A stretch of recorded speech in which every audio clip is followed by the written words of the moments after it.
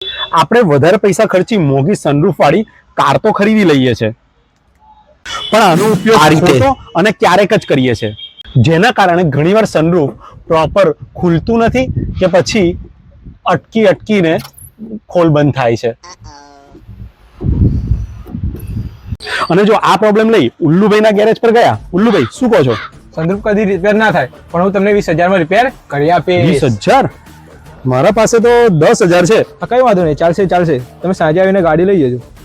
પણ તમારે ઉલ્લુ બનવાની જરૂર નથી, કેમ કે હું તમને એક સિમ્પલ ટ્રીક બતાવું છું, જેનાથી તમે સનરૂફ પ્રોગ્રામ રીસેટ અને કેલિબ્રેશન જાતે જ ફ્રીમાં ઘરે કરી દઈ શકશો। એના માટે તમારે આ સનરૂફ ક્લોઝ કરવાની જે સ્વિચ છે એને પ્રેસ કરીને રાખવાની છે। થોડી સેકન્ડ સુધી તમે એને પ્રેસ કરીને રાખશો એટલે આ ઠકઠકનો અવાજ આવશે, પછી તમારે આ સ્વિચ છોડી દેવાની છે, પાછી જે ક્લોઝ કરવાની સ્વિચ છે એને પ્રેસ કરીને રાખવાની છે।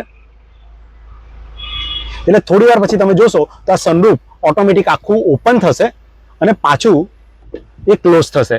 આ પ્રોસેસ દરમિયાન જે સ્વિચ છે એને તમારે પ્રેસ કરીને જ રાખવાની છે। આ ટ્રીકથી તમારી કારના સનરૂફનું પ્રોગ્રામિંગ પ્રોપર રીસેટ થઈ જશે અને કારનું સનરૂફ પ્રોપર વર્ક કરશે। તો આ ટ્રીકથી તમારા કારના સનરૂફનો મોટો પ્રોબ્લેમ ફ્રીમાં સોલ્વ થઈ જશે। અને જો આ વિડીયો તમને ઇન્ફોર્મેટિવ લાગ્યો હોય તો મને કોમેન્ટ જરૂર કરી દેજો। Good day.